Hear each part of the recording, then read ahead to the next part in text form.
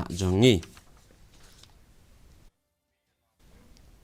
Hakasngi balai jong jing Thep Kyrteng ki Kyrtong la sakhi yalai ngut kit khot kam but Uwei na kaseng UDP kila Thep ya Kyrteng jong ki hakmat ki returning officer ha East KHASI Hills district.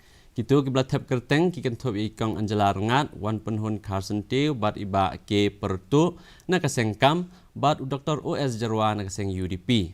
Habakran maklat pthai khubor hadin baladep Thep Kyrteng ikong Anjala Rengat na kaseng kam ka kermen bakanyo ya kajing job. Hakajuk opor Kyrtong UDP Dr. OS Jarwa ulaang baklade kapor ban penklanya kajing pai khmat sekiseng riulom hakajala ban penyo ya ki bat ban ailat iki breu kajala ban sensyar ialah kejala. Because for us, our campaign from the very beginning has been based on certain principles and values, and we have been working hard. We have been trying to meet people, to talk about the need to start discussing issues, to start discussing our rights. So I have been also serving in that constituency for a very long time. So it's a public support, it's a public appeal for us to come forward, to come forward so that we will be able to serve the people properly.